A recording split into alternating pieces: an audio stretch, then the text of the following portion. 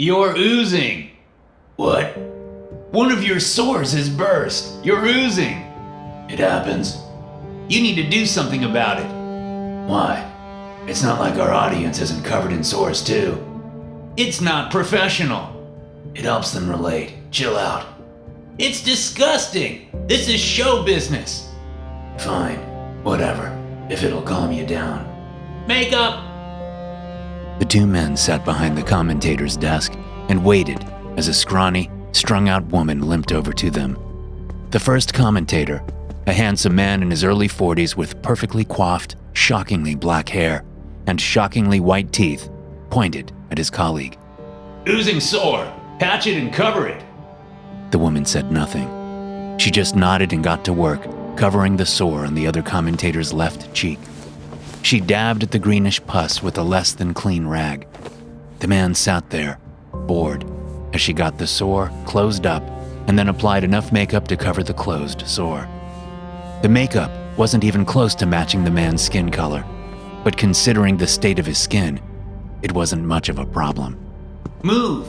A man barked at the makeup woman as he approached the desk. She scurried away. The man paused and looked at the logo spray painted on the front of the desk. Long Pig Showdown was written there in stylized lettering that really popped when the lights hit it. Perfect for the cameras. Gary, the man said to the handsome commentator. He looked at the other one and successfully managed not to wince. Joshua. Ken. Joshua, the one with the bad skin, said. What bullshit are you gonna spew now? Ken, their producer, licked his lips and glanced around. Oh dear, Gary said, and almost ran his hands through his hair, but paused. He didn't want to disturb the perfect coif. It had taken him hours to peel the scalp from the mutant without tearing it. He'd thrown up twice while doing it, but the hair was just so perfect it was worth it. So, he wasn't going to mess all that hard work up because he didn't like Ken's demeanor. We have a twist for tonight's show, Ken said. More than one choice, I'm afraid. More than one? Gary asked. He looked at Joshua. When was the last time that happened? Christmas special 2 years ago, Joshua said.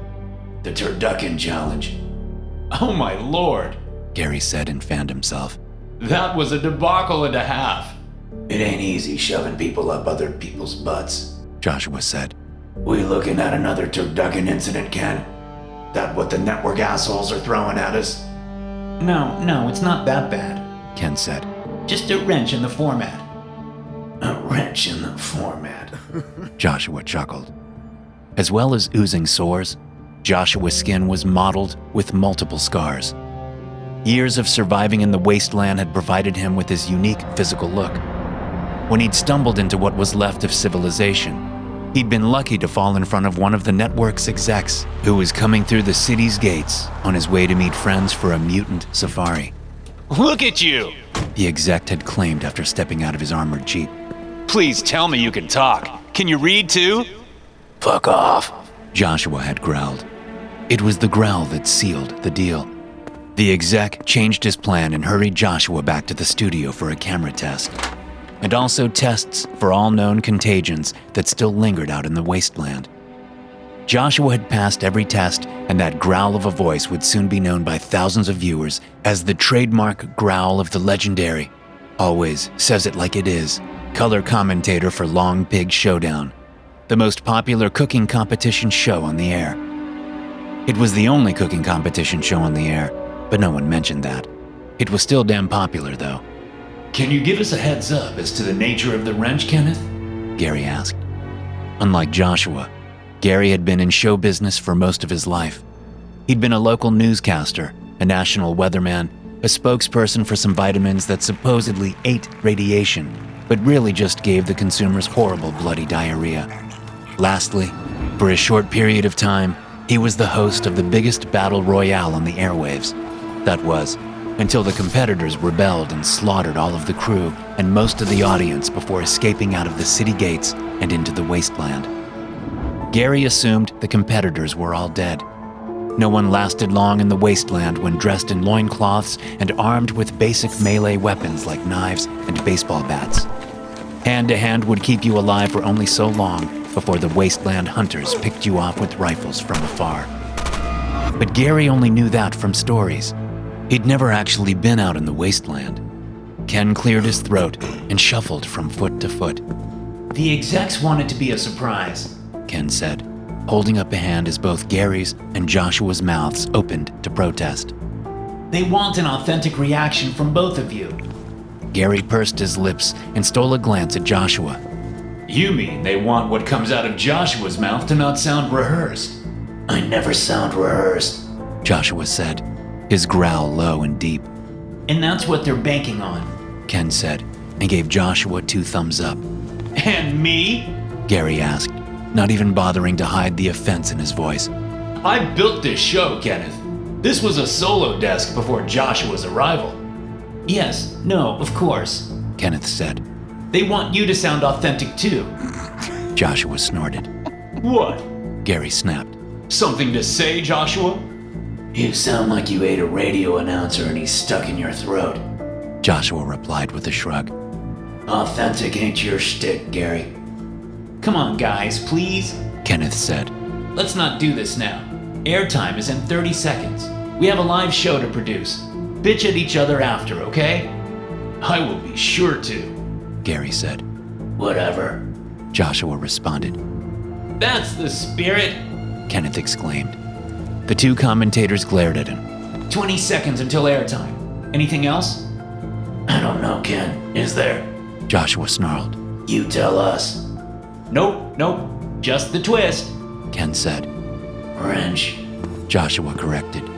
Ken shrugged, then backed away and held up a hand. And in 5, 4, 3. He was silent as he ticked off 2 and 1. The set's lights were brought to full and revealed 2 huge cooking stations that faced each other. Behind the stations were a large red theater curtain. It would have been a standard sight to behold before the world collapsed, except for how dingy and dank the set looked. It didn't exactly exude glamour or basic sanitation. Bloodstains were everywhere. They dappled the set like a cow's spots. Not that the city had seen cows or beef in several decades.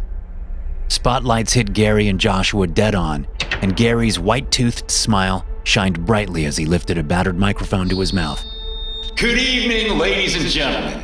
Welcome back to our city nation's most popular cooking competition, Long Pig Showdown. I'm Gary Plotnick, your humble host. As always, we are joined by my colleague, Joshua, no last name, for color commentary. Joshua knows his long pig cuisine, that's for sure.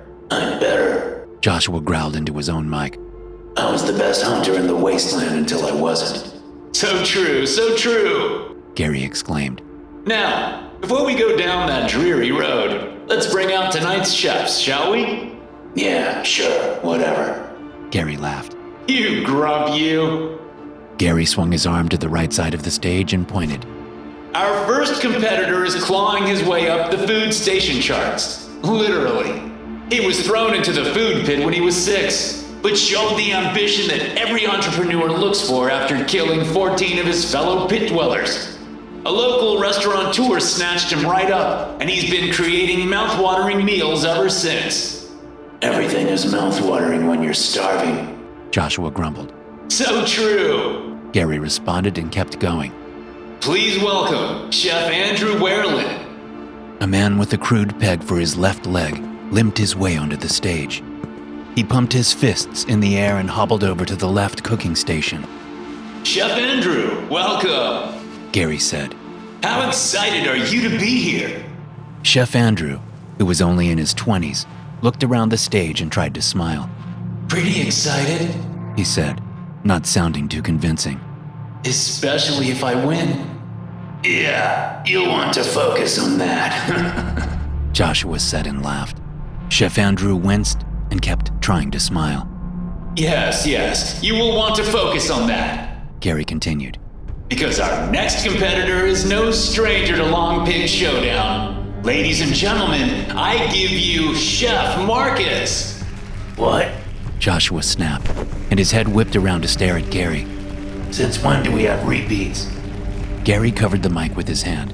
When we started running low on cooks in this fucking city. Gary snarled, mic still covered. Do you ever read the production memos? Fuck no. Joshua said. I wipe my ass with them. Better use of the paper. Everyone does that. You're not special. Gary said. But try reading them before wiping next time. Then you'd know why we have a repeat chef. Gary cleared his throat and focused on the older gentleman who walked slowly over to the cooking station on the right. The man was close to 40, a couple years either way, and his eyes were wide with pure terror. He looked like he was gonna throw up. Marcus, what a delight to see you again. How have you been? Gary called out. Good. Marcus replied. Just been cooking and selling food. I'm not sure if... Cooking and selling, as you should. Gary replied. How excited are you to be here tonight? To be honest, Gary, I was hoping to never be. Marcus's sound got cut out, and Gary laughed. Uh-oh, technical difficulties already. He rolled his eyes and pointed randomly off stage. Hey, producers, get on that, will ya? Gary laughed like his life depended on it. Joshua growled. Okay. Let's save some of this mirth and witty banter for later. Gary said. Right now, I have to explain the rules to our viewing audience. Two women dressed in tattered bikinis stumbled on stage. They looked frightened and confused. Someone threw a huge piece of cardboard at them and began shooing them toward the desk. Oh, new rules, girls, Gary announced. Come closer, girls. The two girls grabbed onto each other and slowly walked toward the desk. Bring the fucking rules too, idiots. Joshua said with a snarl. One of the girls hurried back and picked up the piece of cardboard and struggled back to the other girl. They both stared at the cardboard, then looked at Gary. Oh dear, Gary said. I don't think these two beautiful ladies can read. Joshua snorted. Beautiful? One of them is missing her nose. Is that your thing, Gary? Gary cleared his throat. We all have our own beauty, Joshua, especially in these after times. Well, if they're beautiful, then I'm downright gorgeous, Joshua said. There was a lone, single laugh from the studio audience. Joshua gave the person a thumbs up, even though he couldn't see past the stage lights. Gary laughed too. Oh, Joshua, you're really full of beans tonight, aren't you? He covered the mic again. Knock it off. If the execs feel we need a gimmick tonight, then don't you think maybe our jobs are at stake too? Play your part. We both may end up outside the gates. They'd never waste the meat, Joshua said, then shrugged. but whatever. Gary smiled wide for the camera. Ladies, please hold up the rules, will you? They held up the cardboard. It's upside down. Please turn it around. They did. I'll read them, Joshua said. Gary looked like he was about to bash Joshua's head in with his mic, but managed to smile and a nod instead. Joshua didn't bother clearing his throat, so the words that came out sounded thick with mucus and attitude. Rule 1. The winning chef lives. The losing chef will be on the winning chef's menu the following week. Rule 2. Only our panel of judges can decide which is the winning chef. Rule 3. Competitors can and will be shot if they try to leave before the show is ended. Rule 4.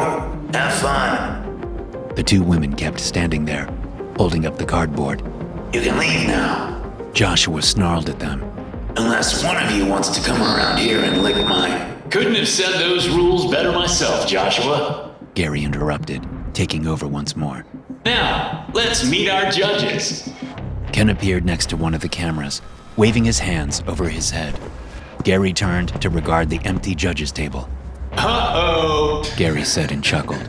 I think Joshua and I may have to judge tonight. Whatever. Joshua said and shrugged. I could eat. Excellent. Gary crowed. Now, chefs, are you ready to see what you are preparing tonight? Is it people? Joshua snickered at his own joke. There was a sudden tugging at Gary's pant leg. He looked down at his feet, and Ken was there. Gary glanced at the camera where Ken had been only seconds before, then looked back down. Here. Ken whispered and handed Gary a piece of paper. Then he scurried away on his hands and knees. Gary read the words and managed to keep his smile. Well, folks, we have a twist tonight, Gary announced. Chef Marcus whimpered. Someone off stage threw a rock at him and hit him right in the left temple. He fell to the floor but was back on his feet in a second, scrambling around for a towel to stop the bleeding. Tonight, folks, we have Gary stood and pointed at the red curtain. It was yanked wide open. family dinner. A large cage with 3 naked males inside was revealed. Each chef can pick one from the 3 choices. Gary continued. Their choices are Grandpa, Dad, or Son. How neat is that? Chef Marcus looked like he wanted to cry. Chef Andrew glared at the cage, his tongue moving back and forth across his lips. Only one choice, really. Joshua said. Dad. Oh, and why is that, Joshua? Gary asked. Grandpa will be too stringy. Joshua said, looking interested for the first time that night. Probably tough. You'll need a low and slow cook to get his flesh right. Hard to do in an hour. And the kid is... Hold on, Ken whispered from below the 2 commentators. Fucking hell! Joshua snapped and scooted away. You want to get your head bashed in, asshole? 8 hours. Ken said and then crawled away as fast as possible. Gary and Joshua watched him crawl off stage, then looked at each other. Fuck. Joshua said. Ladies and gentlemen, Gary announced into the mic. we have a long one ahead of us. Looks like our chefs will get 8 hours on the clock to cook these fine morsels tonight. What? No. Chef Marcus cried. 2 large men rushed the stage and tackled him behind the cooking station. The sound of a struggle filled the air. Then it was quiet. The 2 men stood and walked off stage. After a second, a bleeding Chef Marcus stood with a shock collar secured around his throat. Pussy. Chef Andrew shouted at Chef Marcus. The older chef didn't respond. He only stood there and cowered, his eyes staring at the cutting board in front of him. Chef Andrew? Gary asked, as if nothing had just happened. Since you aren't complaining and causing a disturbance, you get to choose first. I never got to finish my commentary. Joshua said. He fixed his gaze on Gary. I want to finish my commentary. Of course. How silly of me. Gary replied. Go ahead, Joshua. Joshua leaned forward and stared at Chef Andrew. Grandpa will need all 8 hours. He waited until Chef Andrew nodded. The teenager will be gaming with all those hormones. Low and slow can't get rid of that. Dad, on the other hand, should be tender as can be after 6 hours, giving you plenty of time to rest and carve properly. Chef Andrew gave Joshua 2 thumbs up. Why? Why are you helping him? Chef Marcus asked, then fell out of sight as the shock collar went to work. Because he isn't a crybaby like you are, you little bitch. Joshua said.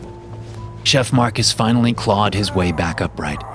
He swayed back and forth, his hands planted on the cooking station to keep himself standing. Joshua snickered. You are so dead.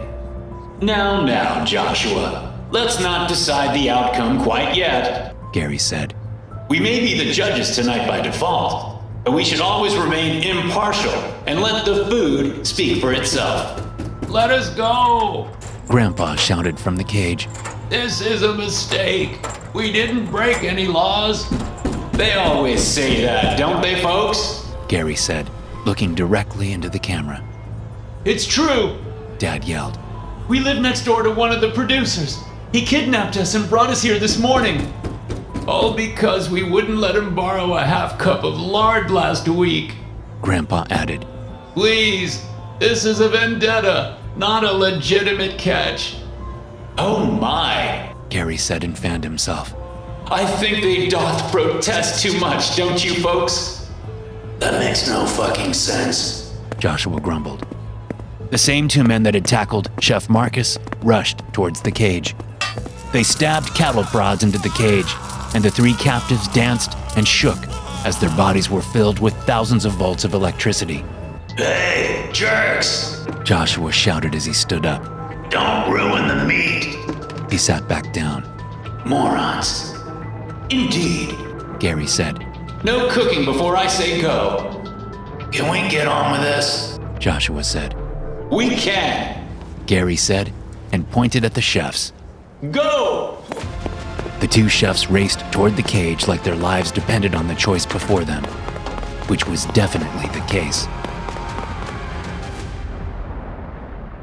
Hour 1. Gary walked out from behind the desk, struggled with the mic's cable, got it free, and hurried over to Chef Andrew's station.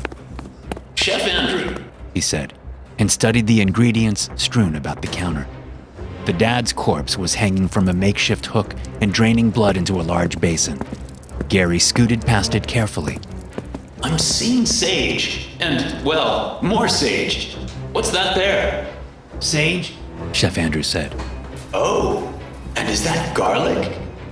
No garlic in the city. Chef Andrew replied. How sad. Gary said, and made a fake poundy face at the camera. He pointed at a small mound of khaki-colored lumps. So, what is this? Boils. Chef Andrew said, hurrying around his station like a madman. I harvested them myself from my neighbor. Seems like we have a neighborly theme tonight then. Gary said and laughed. Can you go away? I need to work. Chef Andrew snapped. Unless you want to be part of the meal? Oh, no, I do not. Thank you. Gary said with a laugh, but hurried away as fast as he could. He struggled with the cord some more, then got it sorted and walked to Chef Marcus's station. The man was leaning against the counter, his eyes glazed, tears and snot running down his face. Blood was everywhere. Grandpa's corpse was a mangled mess that was draped haphazardly across a too small cutting board. Please. He said when Gary got close. I'm not supposed to be here. I won already. I won. Yes, you did, you little champion, you.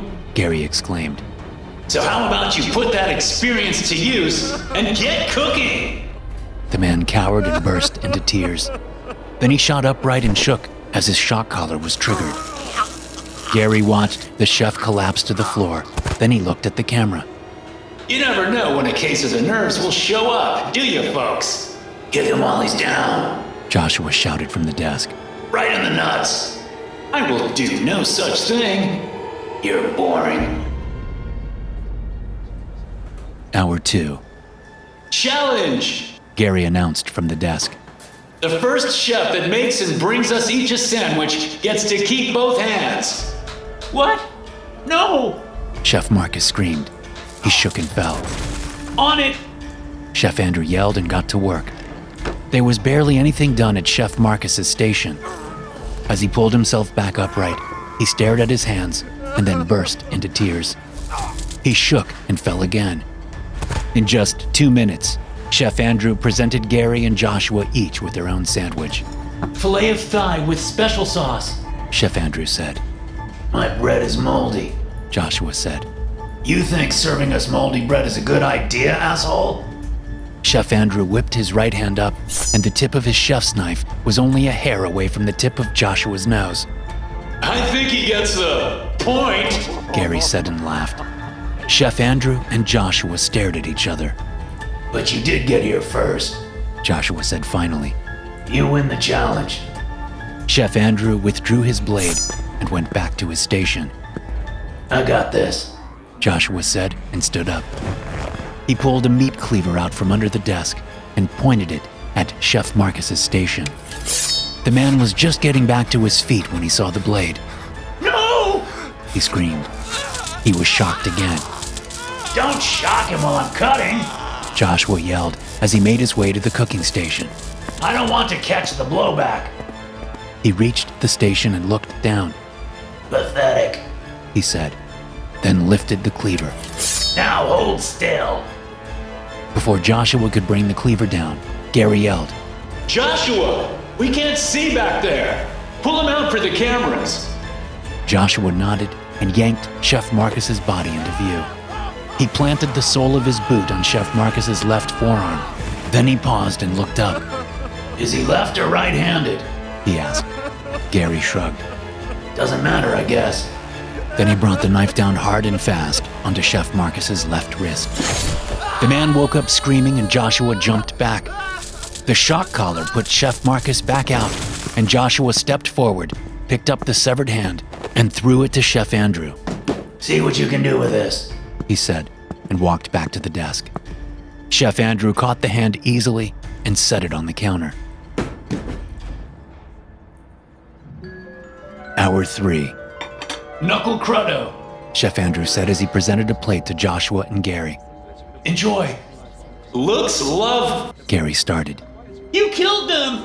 The teenager interrupted from the cage. You killed my family! Yeah, like over 2 hours ago. Joshua said with a sneer. Where the fuck have you been, kid? He took a bite of the cruddo. Oh, this is good. Joshua said, and nodded to Chef Andrew. The best knuckle cruddo I've eaten. He paused. Hands down. Another lone laugh from the audience. I'm going to kill all of you! The teenager raged. I'll kill you all and feed you to the people! Food for the people! Food for the people! 2 men rushed the cage and shocked the teenager again. He fell and writhed, but didn't stop screaming. Feed the people! Feed the people! Oh, this is good, Gary said, taking a bite of the cruddo. Bravo! Hour 4. Well, it sure is smelling good in here. Gary said. A little smoky. Joshua said, and waved his hand in front of his face. Is the exhaust system working? Gary looked about and frowned. Yes, you are correct, Joshua. It does seem like the exhaust system is being overpowered by the smokers. Kenneth, can you look into that? Yeah, because producer Ken is the brain we want on this job. Joshua said and laughed. The guy is probably the idiot that turned off the exhaust system in the first place. I did. Ken whispered from below the 2 commentators. Jesus Christ! Joshua yelled and jumped in his chair. Next time you do that, I'm snapping your neck! Ha ha ha! Oh, Joshua! Gary said and smiled into the camera. Give us a moment, will you, folks? The camera swung away and focused on Chef Andrew's cooking station, where the man was busy whipping, chopping, and slicing. I had to turn the system off or it would short everything out. Ken said from his crouched position behind the desk. The city put out a grid warning an hour ago. We're lucky they haven't shut down the production. Not if they want a riot on their hands, Gary said. People look forward to this all. Feed the people! The teenager shouted from the cage. Look who's awake. Joshua said. Yeah, feed the people, kid. You do that. What else is going on? Gary asked Ken. You have that constipated look when you know something important. His face always looks like that. Joshua said. Hey, Chef Andrew. What? Chef Andrew shouted back. How's Dad's cook coming? Fuck off, I'm busy. I like this guy. Joshua said with a chuckle. Listen, Ken said. we may have a problem. Such as? Gary asked. The meat. Ken said. The old man wasn't lying. One of the producers framed them. We may have a visit from the authorities. How soon? Gary asked. Soon. Ken said and scurried off. How bad do you think it's gonna get? Joshua asked Gary. Gary, a huge grin plastered on his face, replied. I think we're fucked. Great. Joshua said. Feed the people! Shut the fuck up. Joshua bellowed. Hour 5. Feed the people! I swear to Christ, I'm gonna butcher that kid myself and show these 2 pansies how it's done. Joshua shouted as he jabbed a finger toward the caged teenager behind the 2 cook stations. I'll fucking do it, Gary. Oh, Joshua. Gary said as he gasped and coughed. The smoke in the studio was getting thicker and thicker by the minute. How can you breathe in this? Years in the wasteland. Joshua said with a shrug. You learn to breathe everything out there. Gary coughed hard. How nice for you. Hey, Ken whispered from the floor behind the desk. Joshua didn't even flinch. cops are here. So, Joshua replied. deal with them. Yeah, well, Ken smiled. And? Joshua asked. they want to be on the show. Ken said. They'll let the whole kidnapping thing go if they can be on the show for a minute or 2. That sounds like a horrible idea, Gary said. They get 30 seconds. Joshua said. What? Gary snapped. They want more than that, Ken said. Joshua lifted a fist. Ken cowered and waved his hand at Joshua. Okay, 30 seconds. He crawled away, but turned back before he was gone. Each. Then he scrambled away as Joshua jumped out of his chair and tried to kick him. 2 police officers in full body armor and helmets shambled onto the stage, stood directly in front of the desk, and turned slowly in a circle. This doesn't look like it does on TV, one said. And that's the magic of television, Gary said, struggling to get the mic cord free as he shuffled around the desk. Can I get your names, gentlemen? The 2 were indistinguishable from each other, just black body armor and visored helmets. But the one closest to Gary grabbed the mic and yanked it to his helmet. I'm Keith Hauser. This is my partner, Johnny Miles. The 2 police officers waved at the camera. You two are so fucking cute. Joshua said from his seat behind the desk. The police officer named Johnny Miles slowly pivoted around until he was facing Joshua. Joshua raised both hands in mock surrender, and Johnny pivoted slowly back to face the camera.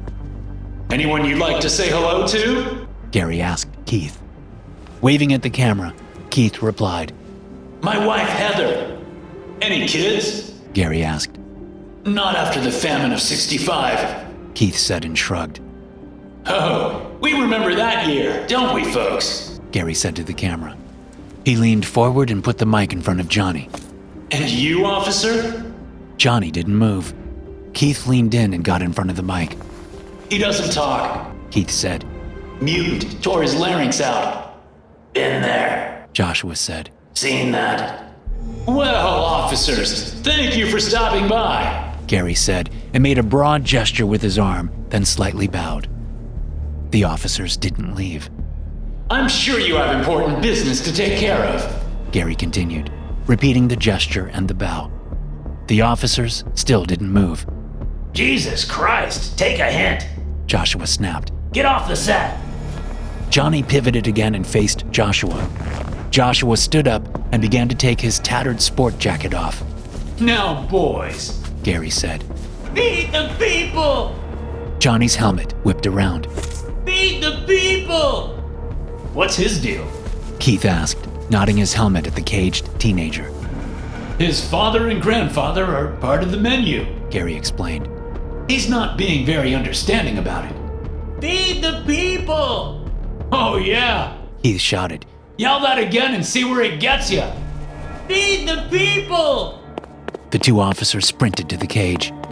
Gary waved a hand in front of his face. This smoke is something, all right. What do you think they're gonna do to... Oh shit! Joshua shouted. The teenager screamed as the officers each managed to grab an arm and pull them through the bars of the cage in opposite directions.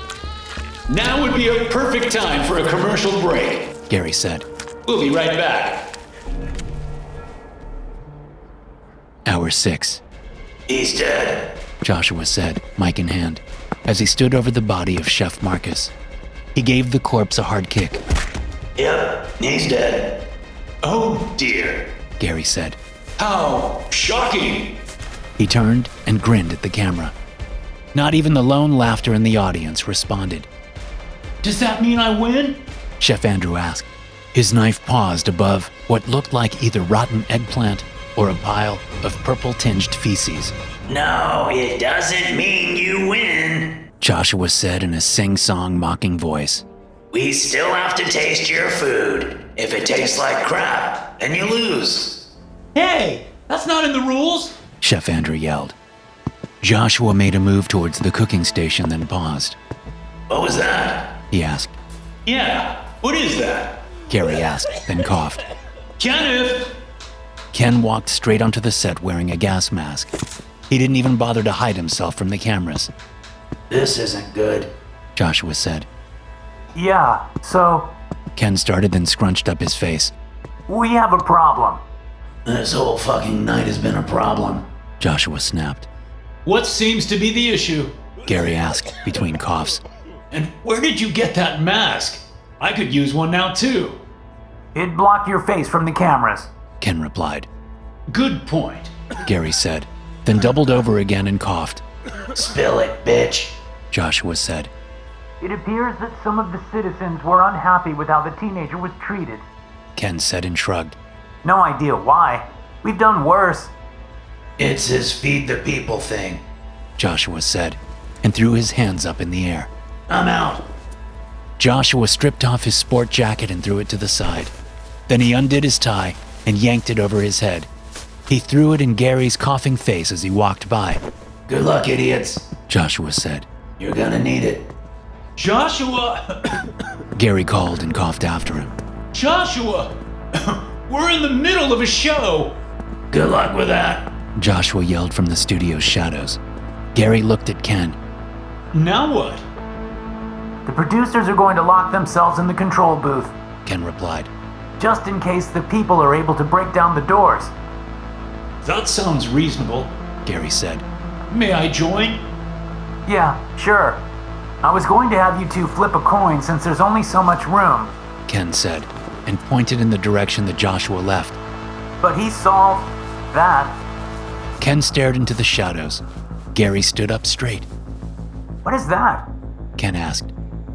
That son of a bitch! Gary said. That son of a bitch! What? Who? Ken asked. Then realization dawned on him and his shoulders slumped. Joshua let them in! Footsteps echoed from off the stage, and then they became a roar. Then they became a thunderous stampede as people of all shapes, sizes, and states of deteriorating health streamed through the studio like 1,000 ants swarming over roadkill. Ken turned and ran screaming, but only made it a few feet before running straight into what had been Chef Marcus's cook station. He fell to the ground in a moaning heap. Gary looked left. Gary looked right, but there was nowhere to go. He let the mic slip loosely from his grip while he kept a hold of the cord. He started to swing the mic back and forth and then brought it over his head and twirled it faster and faster and faster. You think I don't know how to survive? He screamed at the horde of starving citizens racing right for him. Oh, I know how to survive! The mic whipped out fast and cracked open a woman's skull. But that was it. There were too many, and they were too fast. Gary was overwhelmed in seconds and brought to the floor. The mic picked up his screaming and broadcast his death to the entire city nation as dirty fingernails tore into his flesh. Chef Andrew lasted longer due to his access to and skills with knives. But even he was outnumbered and taken down in under 5 minutes. Ken was lucky to have knocked himself semi-unconscious, so he barely felt it when he was ripped limb from limb. A lone laugh came from the audience section before it was suddenly cut off. Hour 7. Joshua stood in front of the window, his eyes on the TV that flickered behind the glass. He absent-mindedly wiped makeup from his face with a dirty t-shirt he'd taken off a dead kid in the street. On the TV set was a static shot of hundreds of citizens gorging themselves on the competition food. Then, when that ran out, they attacked each other and kept the feeding frenzy going. Then the TV flickered and turned off as the power shut down across the city nation. Done wiping the makeup from his face, Joshua looked around at the carnage. Every building burned, people screamed and ran. Weapons were flying this way and that. Blood filled the gutters. Joshua shook his head and tossed the t-shirt to the ground. Why is it that everywhere I end up, there's a citizen uprising? Why can't I find a city nation that can control its people for a change? Joshua shrugged and walked toward the city gates. A man with a nail in a board leapt at Joshua. He missed completely and fell face first onto the street. Joshua didn't even hesitate and stomped on the man's head until his skull popped and brains came out of his ears. Then he kept on walking. I swear, sometimes I think the wasteland is safer. Thanks for listening. If you enjoy these stories, be sure to subscribe to the podcast and check out some more of my episodes here.